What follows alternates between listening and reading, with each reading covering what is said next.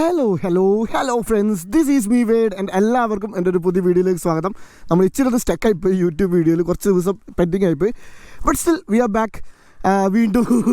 അപ്പോൾ നമ്മുടെ കയ്യിൽ നിന്നുള്ളത് 100-350 ആണ്. ഇത് ആക്ച്വലി ഇത് കുറേ തവണ ഷൂട്ട് ചെയ്തിട്ട് എന്തെങ്കിലുമൊക്കെ പ്രശ്നങ്ങൾ, ഓഡിയോ പ്രശ്നം, അങ്ങനെ ഓരോരോ പ്രശ്നങ്ങളാണ്. ബട്ട് ഫൈനലി ഇതെങ്കിലും സെറ്റാവുമെന്ന് വിചാരിക്കുന്നു. ഇന്ന് നമ്മുടെ കയ്യിലുള്ളത് റോയൽ എൻഫീൽഡിൻ്റെ 100-350 ആണ്. അതായത് ഇനി ഞാനൊരു പോസ്റ്റ് ഉണ്ടായിരുന്നു, 5 ലക്ഷം ഹണ്ടറുകളാണ് ഇന്ത്യയിൽ വിറ്റയച്ചത്. ഇന്ത്യയിലാണെന്നൊന്നും എനിക്കറിയില്ല, പക്ഷേ റോയൽ എൻഫീൽഡ് ഇന്ത്യയാണ് ആ പോസ്റ്റ് ഇട്ടത്. 5 ലക്ഷം ഹണ്ടേഴ്സ്. സോ അതൊരു കാര്യം, അത് വലിയൊരു കാര്യമാണ്. അത് ഇപ്പം ഇറങ്ങിയ വണ്ടിയാണ്. ആൻഡ് ഇതിൻ്റെ ഫാൻ ഫോളോയിങ് അല്ലെങ്കിൽ ഇത് എടുക്കുന്ന ആൾക്കാരുടെ എണ്ണം എന്ന് വെച്ചിട്ടുണ്ടെങ്കിൽ ഡേ ബൈ ഡേ കൂടി വരുവാണ്. അതിൻ്റേതായ റീസണും ഉണ്ട്. സോ ഞാനിതിൻ്റെ വീഡിയോ ചെയ്തിട്ടുണ്ട്. ഇത് കുറച്ചുകൂടി ഒരു ഇൻഡെപ്ത് റിവ്യൂ എന്നൊക്കെ നിങ്ങൾ കണ്ടോ. കാരണം എന്ന് വെച്ചിട്ടുണ്ടെങ്കിൽ ഞാനിത് from Kannur to Kochi to back to Kannur എടുത്തതാണ്. അപ്പോൾ ഓൾമോസ്റ്റ് എല്ലാ ടെറൈനിലും വണ്ടി ഓടിച്ചു. കാരണം നമ്മുടെ റോഡിൻ്റെ അവസ്ഥ നിങ്ങൾക്കറിയാം, പണി നടന്നുകൊണ്ടിരിക്കുകയാണ്. സോ എനിക്ക് പറയാനുള്ള കാര്യം, നിങ്ങൾ ആ ഒരു റൂട്ടൊക്കെ പോകുന്നുണ്ടെങ്കിൽ, ആ റൂട്ടിൽ നിന്നല്ല, കേരളത്തിൽ ആ ഒരു ഹൈവേ ഒരു NH-66 പണി നടക്കുന്ന റൂട്ടിലേക്ക് പോവുകയാണെങ്കിൽ ബി കെയർഫുൾ. ഓക്കെ, ഭയങ്കര സീനാണ്. ബട്ട് നമുക്ക് വണ്ടിയുടെ കാര്യത്തിലേക്ക് കടന്നു വരാം. റോയൽ എൻഫീൽഡിൻ്റെ ഒരു സ്വീറ്റ് മോട്ടോർ സൈക്കിളാണ് ഈ 100. ഒരുപാട് പേര് വരുന്നുണ്ട് ഇതിലേക്ക്. അതിൻ്റെ മേജർ റീസൺ, അതായത് ഈ 100 എടുക്കുന്ന ഓൾമോസ്റ്റ് ആൾക്കാരുടെയും മേജർ റീസൺ എന്ന് വെച്ചിട്ടുണ്ടെങ്കിൽ 2 എണ്ണമാണ്. ഒന്നാമത്തെ കാര്യം എന്ന് വെച്ചിട്ടുണ്ടെങ്കിൽ ഇതിൻ്റെ ലുക്ക്. അതായത് ഒരു ക്ലാസിക്കൽ മോഡേൺ മോട്ടോർ സൈക്കിൾ എങ്ങനെ ഇരിക്കണമെന്നുണ്ടെങ്കിൽ അതിൻ്റെ ഒരു ബെഞ്ച് മാർക്കും കൂടിയാണ് കേട്ടോ. അതായത് ഈ സെഗ്മെൻറ്റിൽ ഇപ്പോൾ 100-നെ തോൽപ്പിക്കാൻ, ലുക്കിൻ്റെ കാര്യത്തിൽ തോൽപ്പിക്കാൻ വേറൊരു വണ്ടി ഇല്ല എന്ന് പറയാം. അതായത് ലെറ്റ്സ് ഹൈനസിൻ്റെ RS 350 അത് കുറച്ചുകൂടി ഒരു മോഡേണൈസ്ഡ് ആണ്, കുറച്ചുകൂടി ബൾക്കിയാണ്, ഒന്ന് മേലോട്ടാണ്. പക്ഷേ ഇതെന്ന് വെച്ചിട്ടുണ്ടെങ്കിൽ വീൽ ബേസ് ഭയങ്കര ഷോർട്ടാണ്. ആ ഒരു മൊത്ത സാധനങ്ങൾ സെൻട്രലൈസ്ഡ് ആയതുകൊണ്ട് തന്നെ ഒരു വേറെ തന്നെ ഒരു ലുക്കാണ്. വെൽ പാക്ഡ് ആയിട്ടുള്ളൊരു മോട്ടോർ സൈക്കിൾ പോലെയാണ്. അപ്പോൾ രണ്ടാമത്തെ റീസൺ എന്ന് വെച്ചിട്ടുണ്ടെങ്കിൽ ഈ വണ്ടിയുടെ ഹൈറ്റാണ്. അതായത് സീറ്റ് ഹൈറ്റ് കുറവുള്ളതുകൊണ്ട് തന്നെ ഇപ്പം എന്താ പറയുക, ഒരുപാട് ഫീമെയിൽ റൈഡേഴ്സ് 100-ലേക്ക് വരുന്നുണ്ട്. ബിക്കോസ് ഈ കാല് കുത്തുമ്പോഴുള്ളൊരു കോൺഫിഡൻസ് ഉണ്ടല്ലോ, നമുക്ക് കുത്താൻ പറ്റുന്നുണ്ട്, കുറച്ചുകൂടി നല്ല രീതിയിൽ കുത്താൻ പറ്റുന്നൊരു കോൺഫിഡൻസ് ഉണ്ട് എന്നുള്ളൊരു കാര്യം. അതുകൊണ്ടും ഒരുപാട് പേര് 100-ലേക്ക് വരുന്നുണ്ട്. അതൊരു നല്ല റീസണാണെന്ന് വെച്ചിട്ടുണ്ടെങ്കിൽ അല്ല. എനിക്ക് നിങ്ങളോട് പറയാനുള്ളത്, ഞാനൊരു ഷോർട്ട് റൈഡറാണ്, 165 സെൻറ്റിമീറ്ററാണ് എൻ്റെ ഹൈറ്റ്. എനിക്കിത് ഫ്ലാറ്റ് ഫുട്ടൊന്നുമല്ല, പക്ഷേ എന്നാലും ചവിട്ടി നിൽക്കാനൊക്കെ പറ്റും. പക്ഷേ എനിക്ക് പറയാനുള്ള കാര്യം, ഹൈറ്റ് ഡസൻ റിയലി മാറ്റർ. അതായത് നിങ്ങൾക്ക് അത്യാവശ്യം വണ്ടിയൊക്കെ ഓടിച്ച് ഒന്നൊരു ത്രോട്ടിൽ കൺട്രോൾ കിട്ടിക്കഴിഞ്ഞാൽ നിങ്ങൾക്ക് ഏത് വണ്ടി ഓടിക്കാൻ പറ്റും. ആ ഹൈറ്റിനൊന്നും ഒരു പ്രശ്നമില്ല. പക്ഷേ എന്നാലും നിങ്ങൾക്ക് ഒരു പേടി ഉണ്ടെന്നാണെങ്കിൽ yes, you can start with 100. അല്ലാതെ പണ്ട് ജാവയൊക്കെ ആൾക്കാരെടുക്കുമായിരുന്നു, പക്ഷേ ആ ഒരു കാര്യത്തിലും പോയി. കാരണം ജാവ ആൾക്കാരെടുത്തതിൻ്റെ മേജർ റീസൺ ഷോർട്ട് റൈസ് എടുത്തതിൻ്റെ ആ ഒരു ഹൈറ്റായിരുന്നു. പക്ഷേ റോയൽ എൻഫീൽഡ് വേണ്ട. അത് ആ ഒരു മറ്റ റീസൺ കൊണ്ട് നിങ്ങളുടെ വണ്ടിക്ക് സെയിൽസ് നടക്കണ്ട. നമ്മളൊരു വണ്ടി ഷോർട്ടായിട്ടുള്ളൊരു വണ്ടി ഇറക്കിയെന്നും പറഞ്ഞ് ജാവക്ക് കൊടുത്ത ഒരടിയും കൂടാണ് ആ 100. അതായത് ഒരുപാട് അങ്ങനെ ഒരു വണ്ടിയുടെ കാര്യം മാത്രമല്ല, ആ റോയൽ എൻഫീൽഡിൻ്റെ ഒരു സ്ട്രോങ് മാർക്കറ്റിംഗ് സ്ട്രാറ്റജി ഈ 100-നുണ്ട്. അതായത് പ്രോപ്പർലി വെൽ മാർക്കറ്റഡ് ആണ്. ഒരു നോക്കിയാക്കണമെന്ന് വെച്ചിട്ടുണ്ടെങ്കിൽ കുറച്ചുകൂടി യങ്സ്റ്റേഴ്സിനെ ഒന്നുകൂടി റോയൽ എൻഫീൽഡിൽ കൊണ്ടുവരാൻ വേണ്ടിയിട്ടാണ്. അതുവരെ റോയൽ എൻഫീൽഡിനെ കൊണ്ട് തെറി പറഞ്ഞ് നടന്നവനൊക്കെയാണ് ഇപ്പോൾ ഈ വണ്ടി എടുക്കുന്നത്. Because it's nice. അതുമാത്രമല്ല, ഈ കാണുന്ന എൻജിൻ ഉണ്ടല്ലോ, ഈ J series long stroke 350cc engine. പുതിയ ഈ എൻജിൻ എന്ന് വെച്ചിട്ടുണ്ടെങ്കിൽ ഇത് ഇറങ്ങിയ ടൈം ആൾക്കാർ പറഞ്ഞു ഇതിപ്പോൾ റോയൽ എൻഫീൽഡ് അല്ല, ഇതിൻ്റെ സൗണ്ട് പോയി, ടക്ക് ടക്ക് ടക്ക് ടക്ക് ടക്ക് സൗണ്ടൊന്നുമില്ല, അങ്ങനെയൊക്കെയായിരുന്നു. ബട്ട് ഇപ്പോൾ വി ആർ ലവിങ് ദിസ് ഈ എൻജിൻ. അതായത് ലോങ് സ്ട്രോക്ക് എൻജിനാണ്. ഇത് അറിയുന്നില്ല ആളാണെങ്കിൽ. അപ്പോൾ ഈ മേലെ നിന്ന് താഴോട്ടേക്ക് ഈ പിസ്റ്റൺ സഞ്ചരിക്കാൻ എടുക്കുന്ന ദൂരമില്ലേ, അതാണ് സ്ട്രോക്ക്.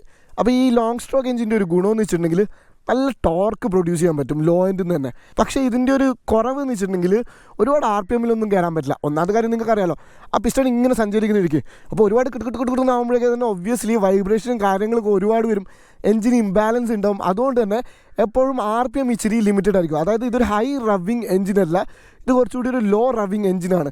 പക്ഷേ ടോർക്ക് ഇത് പ്രൊഡ്യൂസ് ചെയ്യുന്നത് ഭയങ്കര രസമാണ്. അതാണ് ഒരു മേജർ റീസൺ. അതുകൊണ്ടാണ് നിങ്ങൾക്ക് ആ ഒരു ടോർക്ക് ഔട്ട്പുട്ട് കിട്ടുന്നത്. അതുമാത്രമേ നിങ്ങൾ ഏത് ലോങ് സ്ട്രോക്ക് എൻജിൻ എടുത്തു കഴിഞ്ഞാലും ആ ടോർക്ക് ഫിഗേഴ്സ് എന്ന് വെച്ചിട്ടുണ്ടെങ്കിൽ ഇച്ചിരി കൂടുതലായിരിക്കും പവർ ഫിഗേഴ്സിനേക്കാളും. അതായത് കുറച്ചുകൂടി ഒരു ഭാരം വലിച്ചു കൊണ്ടുപോകാൻ പറ്റുന്ന രീതിയിലൊരു എൻജിൻ. അതുകൊണ്ട് ഇച്ചിരി വെയിറ്റും കുറവായതുകൊണ്ട് തന്നെ 100-ന്റെ ആക്സിലറേഷൻ എന്ന് വെച്ചിട്ടുണ്ടെങ്കിൽ ഭയങ്കര രസമാണ്. യെസ്, സ്മൂത്തറാണ്, ലീനിയറാണ്. പക്ഷേ എന്നാലും ആ ഒരു വലിച്ചൽ ഭയങ്കര രസമാണ്. അപ്പം ഞാൻ പറയില്ല, ഒരു കുട്ടി വണ്ടിയാണ്, വീൽ ബേസ് ഒക്കെ ഭയങ്കര കുറവാണ്. പിന്നെ അതേപോലെ തന്നെ എല്ലാവരും മേജർ ഒരു കൺസേൺ ആയിരിക്കും ഈ നമ്മുടെ ഗ്രൗണ്ട് ക്ലിയറൻസ് ഒരു ഇഷ്യൂ ആണോ എന്നുള്ളൊരു കാര്യം. അതായത് ഗ്രൗണ്ട് ക്ലിയറൻസിന് ഒരുപാട് ഇഷ്യൂ ഒന്നുമില്ല. കാരണം ഈ വീൽ ബേസ് ഷോർട്ടായതുകൊണ്ട് തന്നെ റോയൽ എൻഫീൽഡുകാർ പറയുന്നത് വെച്ചിട്ടുണ്ടെങ്കിൽ നമ്മളൊരു കുഴിയിലിറങ്ങി അപ്പം തന്നെ കയറിപ്പോവും. ഇച്ചിരി കൂടി വീൽ ബേസ് ഉള്ളൊരു വണ്ടിയായിരുന്നെങ്കിൽ കുഴിയിലിറങ്ങി അടുത്ത വീൽ ഇറങ്ങുമ്പോഴേക്ക് തന്നെ ചിലപ്പോൾ അടി തട്ടാം. പക്ഷേ ഇതിന് ഗ്രൗണ്ട് ക്ലിയറൻസ് കുറവാണ്, വീൽ ബേസും കുറവാണ്. So you can escape from any potholes. ഇപ്പോൾ ഞാൻ ഇത്രയും പോയിട്ട് തന്നെ എനിക്കങ്ങനെ അടിയൊന്നും തട്ടിയ ഒരു വിഷയം ഉണ്ടായിട്ടില്ല. പിന്നെ അതേപോലെ തന്നെ വേറൊരു മോസ്റ്റ് ഇമ്പോർട്ടൻ്റ് ആയിട്ടുള്ള കാര്യം എന്ന് വെച്ചിട്ടുണ്ടെങ്കിൽ ഈ ഒരു 17 ഇഞ്ചസ് ടയേഴ്സാണ്. അതായത് നിങ്ങൾക്ക് ഇപ്പോൾ ഇതിൽ കിടക്കുന്ന ഏത് കാലത്തും ടയേഴ്സാണ്. But if you can and if you have the money you can upgrade the tyres into whatever you want. ഒരുപാട് ടയർ ഓപ്ഷൻസ് നമ്മുടെ മാർക്കറ്റിലുണ്ട്. അതായത് 17 ഇഞ്ചസ് ടയേഴ്സ് ഉണ്ട്. നിങ്ങൾ ഒരുപാട് നോക്കി പോകേണ്ട ആവശ്യമില്ല. അപ്പോൾ നമുക്ക് കയറിയിരുന്ന് കുറച്ചുകൂടി സംസാരിക്കാം. കയറിയിരുന്ന് കഴിഞ്ഞാൽ തന്നെ വെയ്റ്റ് ഡിസ്ട്രിബ്യൂഷൻ ഭയങ്കര സ്വീറ്റാണ്. അതായത് ഞാൻ നേരത്തെ പറഞ്ഞൊരു കാര്യമാണ്, ഈ കാല് കുത്താൻ പറ്റിയാൽ മാത്രം പോരല്ലോ, വെയിറ്റും കൂടി ഒന്ന് ഇതാണ്ട്. അപ്പോൾ അവരാ സിംഗിൾ ക്രാഡൽ മാറ്റിയിട്ട് ഒരു ഡബിൾ ക്രാഡൽ ഫ്രെയിമിൽ വന്നപ്പോൾ തന്നെ ആ ഒരു വെയിറ്റ് ഡിസ്ട്രിബ്യൂഷൻ ഭയങ്കരമായിട്ട് ഇമ്പ്രൂവ് ആയി. അത് നമ്മൾ ആദ്യം കണ്ടതെന്ന് വെച്ചിട്ടുണ്ടെങ്കിൽ ഹൈനസിലായിരുന്നു. ഹോണ്ടക്കാരെയും ഇപ്പോൾ ആൾക്കാർക്ക് ഈ ക്ലാസിക് 350 ആയാലും ഇല്ല ഹൈനസ് ആയാലും എടുക്കാനൊക്കെ താല്പര്യമുണ്ട്. റെട്രോ മോട്ടോർ സൈക്കിൾസിനോട് നമുക്കൊരിഷ്ടം കൂടുതലാണ്. ബട്ട് ഇതിൻ്റെ ഒരു കാര്യം എന്ന് വെച്ചിട്ടുണ്ടെങ്കിൽ എന്താ പറയണ്ട, ആ വെയിറ്റ് മാനേജ്. ഇപ്പോൾ എനിക്കും പണ്ട് ഒരു ക്ലാസിക് 350 ഓടിക്കാൻ കിട്ടിയാലും ഒരു പേടി ഉണ്ടായിരുന്നു ഈ വെയിറ്റ് മാനേജ് ചെയ്യേണ്ടതെന്നുള്ളൊരു കാര്യം. പക്ഷേ ഇപ്പോൾ ഇതിൻ്റെ വെയിറ്റ് ഡിസ്ട്രിബ്യൂഷൻ എന്ന് പറഞ്ഞിട്ടുണ്ടെങ്കിൽ ഭയങ്കര സ്വീറ്റാണ്. അതായത് ആർക്ക് വേണേലും ഇത് എടുത്തുകൊണ്ട് പോവാം, ഒരു കുഴപ്പമില്ല. അതാ നിങ്ങളിപ്പം ആ ഒരു വെയിറ്റിൻ്റെ കാര്യം കണ്ടിട്ട് പേപ്പറിൽ കണ്ടിട്ട് ഒരു പേടിയാണെങ്കിൽ നിങ്ങൾ റോയൽ എൻഫീൽഡ് ഷോറൂമിൽ പോയിട്ട് ജസ്റ്റ് ഒന്ന് കയറി ഇരുന്ന് നോക്കിയാൽ മതി. ഈസി ആയിട്ട് നിങ്ങൾക്ക് ഹാൻഡിൽ ചെയ്യും.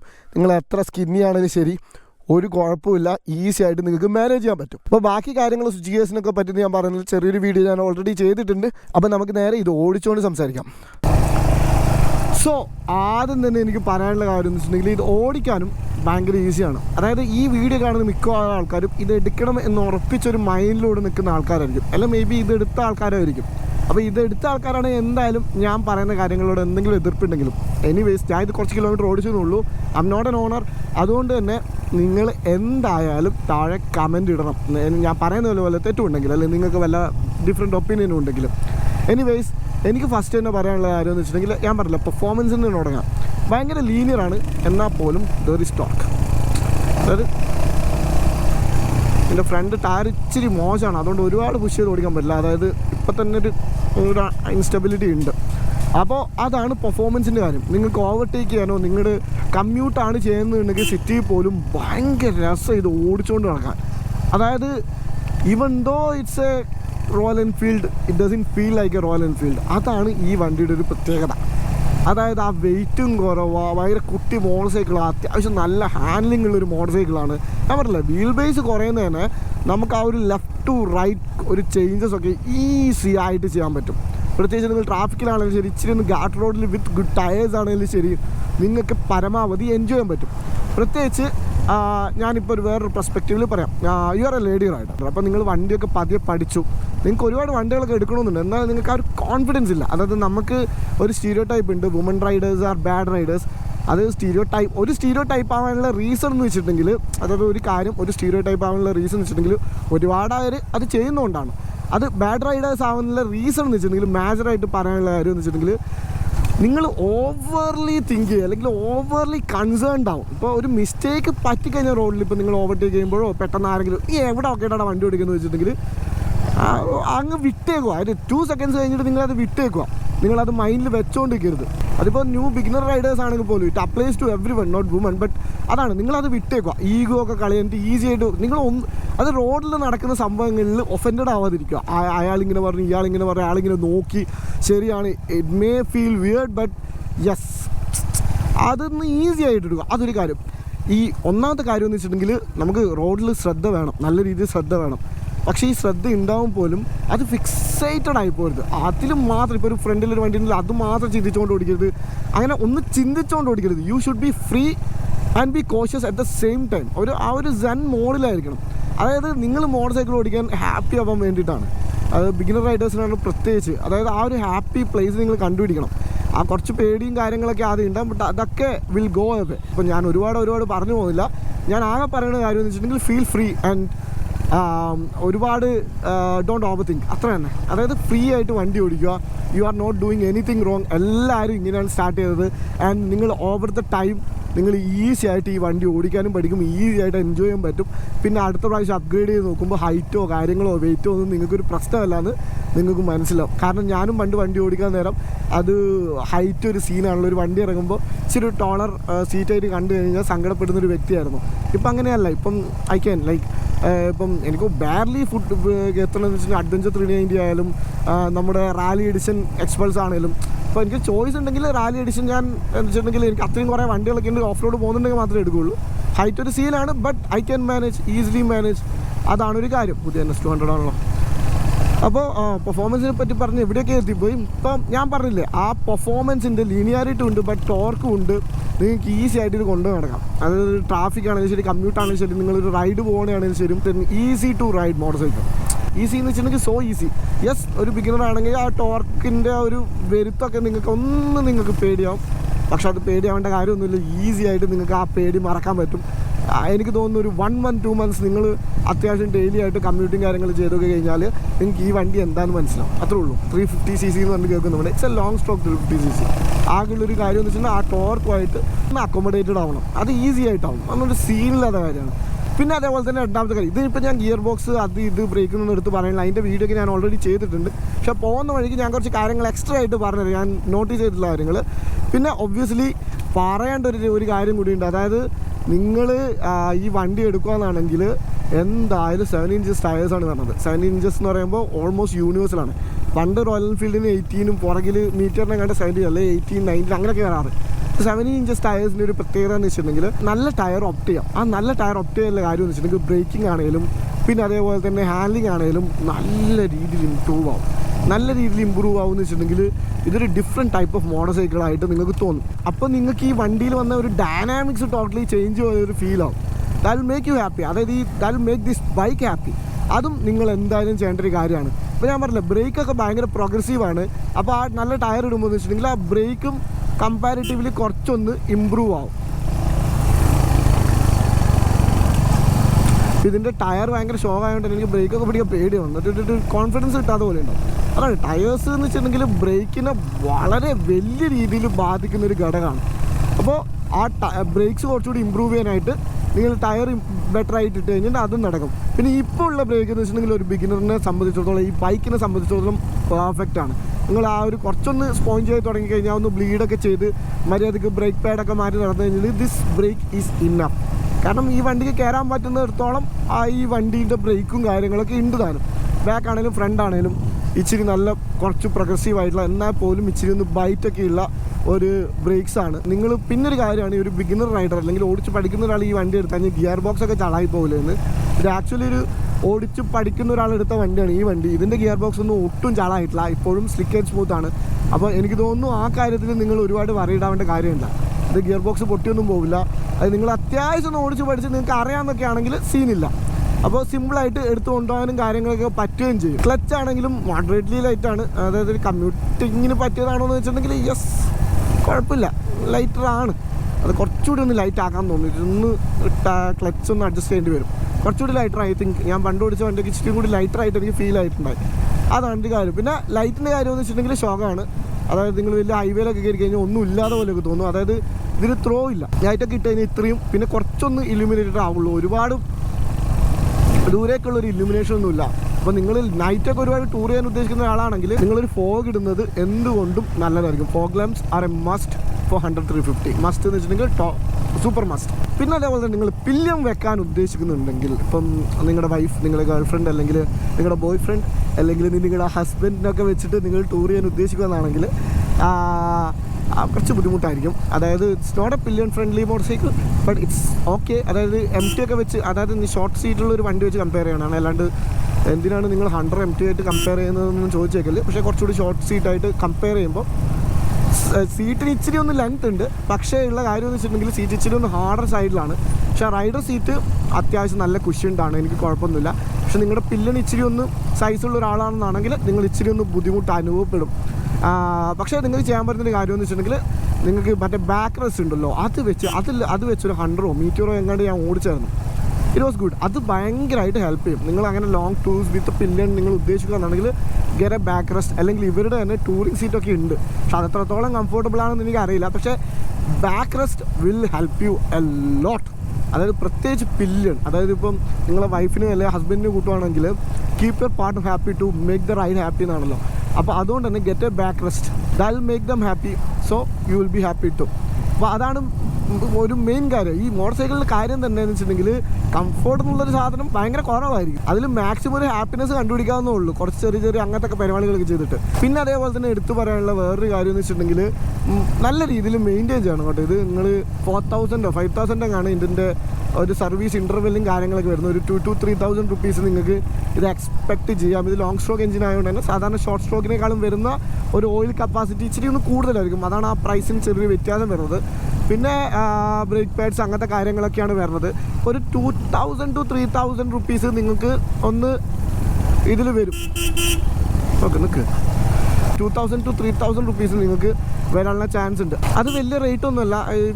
കറൻ്റ്ലി ഈ സെഗ്മെൻറ്റ് നോക്കിയാലും ഈ ഒരു പ്രൈസിലുള്ള മോട്ടോർ സൈക്കിൾ നോക്കിക്കഴിഞ്ഞാൽ അത് കൈൻഡ് ഓഫ് അഫോർഡബിൾ ആണെന്ന് തന്നെ പറയാം.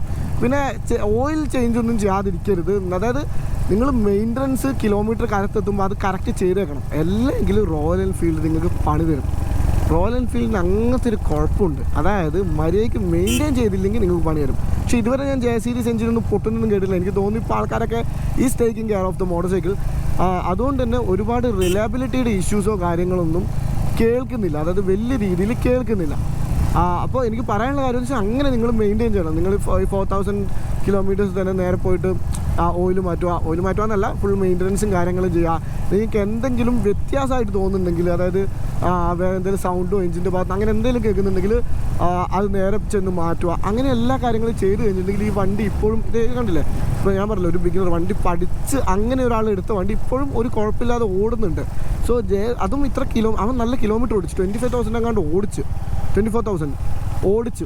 And that's nice. 24,000 ആയിട്ടുള്ള പഴയ റോയൽ എൻഫീൽഡ് നിങ്ങൾ BS4 ക്ലാസ് 350 ഓടിച്ചാലുണ്ടല്ലോ നിങ്ങൾക്ക് പ്രാന്തമായി പോകും. അതാണ് ആൾക്കാർ പണ്ട് ഇതാണ് ഇതിൻ്റെ സോൾന്നൊക്കെ പറയുന്നത് നോക്കുമ്പോണ്ടല്ലോ ഒരു ഒറ്റ അടി കൊടുക്കാൻ തോന്നുന്നു. കാരണം എന്ന് വെച്ചിട്ട് ഇത്രയും വൈബ്രേഷൻ വെച്ചിട്ട് അതെങ്ങനെ ഓടിക്കാൻ വരണേ. അത് ആ ടൈം റോയൽ എൻഫീൽഡ് ഉണ്ടായ ഒരു ബ്ലൈൻഡ് ഫാൻസ് ഉണ്ടായിരുന്നു, ടോക്സിക് ഫാൻസും കൂടിയായിരുന്നു. അതിനെ ന്യായീകരിക്കുന്ന കാണുമ്പോൾ ചിരിയല്ലാതെ വേറെ ഒന്നും നമുക്ക് വരില്ല. അതാണ് അതിൻ്റെ ഒരു കോമഡി. അതാണ് ഈ വണ്ടിയുടെ കാര്യം. അപ്പോൾ മൊത്തത്തിൽ ഞാൻ നിങ്ങളോട് പറയാനാണെങ്കിൽ, നിങ്ങളൊരു 100 എടുക്കാൻ പോകുന്ന ഒരാളാണ്, നിങ്ങളൊരു ബിഗിനറാണ്, അല്ലെങ്കിൽ ബിഗിനർ അല്ലെങ്കിലും പോലും you can go head, you can have fun. ഇത് ഭയങ്കര സമാധാനത്തിൽ ഭയങ്കര ഈസി ആയിട്ട് ഓടിക്കാൻ പറ്റുന്നൊരു മോട്ടോർ സൈക്കിളാണ്. എനിക്ക് ഭയങ്കര ഇഷ്ടം. നിങ്ങളിപ്പോൾ പറയുന്ന കേട്ടപ്പോൾ നിങ്ങൾക്ക് ഇച്ചിരി ഒന്ന് പൊക്കി എടുക്കണ പോലെ തോന്നുന്നുണ്ടെങ്കിൽ, അതായത് നിങ്ങൾക്ക് തോന്നുന്നല്ല ഉള്ള കാര്യമാണ്. കാരണം എന്ന് വെച്ചിട്ടുണ്ടെങ്കിൽ എനിക്ക് ഈ വണ്ടി ഭയങ്കര ഇഷ്ടം. എൻ്റെ ഒരു ഫേവറേറ്റ് മോട്ടോർ സൈക്കിളാണ് ഇത് ഈ കാണുന്നത്, അതായത് ഈ 100 എന്ന് പറയുന്നത്. ഭയങ്കര രസമായിട്ട് ഓടിക്കാനായിട്ട്. അതായത് ഒബ്വിയസ്ലി KTM ആണ്, എല്ലാം ആണെങ്കിലും നിങ്ങൾക്ക് ഇച്ചിരി ഒന്ന് കാണിക്കാൻ തോന്നും, അതായത് വണ്ടി ത്രോട്ടിൽ ഓടിക്കാൻ തോന്നും. പക്ഷേ ഈ വണ്ടി ഞാൻ ഓടിക്കുന്നത് എങ്ങനെ റെക്കമെൻഡഡ് അല്ല. മിക്കവാറും ടൈം രാത്രി കൂട്ടുകാരെ വരുമ്പോൾ ഞാൻ ഇതിങ്ങനെ തിരിച്ചുകൊണ്ട് ഇങ്ങനെ സമാധാനത്തിൽ ഓടിക്കും. അതായത് ഞാൻ പറയണമെന്ന് വെച്ചാൽ നല്ലൊരു കാര്യമൊന്നുമല്ല, പക്ഷെ അത്രയും പീസ്ഫുള്ളായിട്ടുള്ളൊരു മോട്ടോർ സൈക്കിൾ കേട്ടോ. അത്ര ഈസി ആയിട്ട് റൈഡ് ചെയ്യാൻ പറ്റുന്ന, അത്ര ഈസി ആയിട്ട് എടുക്കാൻ പറ്റുന്ന, അതൊരു സോൾഫുൾ ആയിട്ടുള്ളൊരു മോട്ടോർ സൈക്കിളാണ്. ആൻഡ് ദാറ്റ്സ് വൈ തന്നെ എനിക്ക് ഈ വണ്ടി ഭയങ്കര ഇഷ്ടം ഓടിക്കാനല്ലേ ശരി. അപ്പം ഞാനിപ്പോൾ ഒരു 390 എടുക്കാനാണ് പോയിക്കൊണ്ടിരിക്കുന്നത് അടുത്തൊരു വീഡിയോ ചെയ്യാനായിട്ട്. പക്ഷേ ഈ വണ്ടിക്ക് ഒരു സ്പെഷ്യാലിറ്റി ഉണ്ട്. 390 കയറുമ്പോൾ തന്നെ നമുക്ക് ഭ്രാന്ത് പിടിച്ചോളൂ. പക്ഷേ ഇത് it's a different kind of motorcycle, different ബ്രീഡാണ്. അത് നിങ്ങളെന്തായാലും ടെസ്റ്റ് റൈഡ് ചെയ്ത് നോക്കിയാൽ ഒന്നും മനസ്സിലാവുമെന്ന് എനിക്ക് തോന്നുന്നില്ല. പക്ഷേ 100 ഒരുപാട് പേരുടെ കയ്യിലുണ്ട്. നിങ്ങൾ ചെയ്യേണ്ട കാര്യം എന്ന് വെച്ചാൽ ഒന്ന് എടുത്തിട്ട് നിങ്ങൾ അത്യാവശ്യം രാവിലെ ഒരു മോർണിംഗ് ഒക്കെ ഇങ്ങനെ ഓടിക്കുമ്പോൾ ഞാൻ എന്താണോ ഉദ്ദേശിക്കുന്നത് അതെന്ന് എനിക്ക് കിട്ടും. സോ ഇതിലേക്ക് വരാൻ പോകുന്ന ഒരാളാണെന്നാണെങ്കിൽ യു ആർ റിയലി വെൽക്കം. നിങ്ങൾ 100 എന്നല്ല, പക്ഷെ നിങ്ങൾ ഈ റൈഡിങ് കമ്മ്യൂണിറ്റിയിലേക്ക് വരാൻ ഉദ്ദേശിക്കുന്ന ഒരാളാണെന്നാണെങ്കിൽ, നിങ്ങൾ ബിഗിനറാണ്, നിങ്ങൾ ഇതിൽ വണ്ടി എടുക്കാൻ പോവുകയാണ്, it doesn't matter if you are A woman or a man, we do welcome. അതായത് ഈ ഒരു കമ്മ്യൂണിറ്റിയുടെ പ്രത്യേകത എന്ന് വെച്ചിട്ടുണ്ടെങ്കിൽ അങ്ങനെ ഒരു ഇനീക്വാലിറ്റിയോ അങ്ങനത്തെ ഒരു സംഭവവും ഇല്ല. V welcome every one.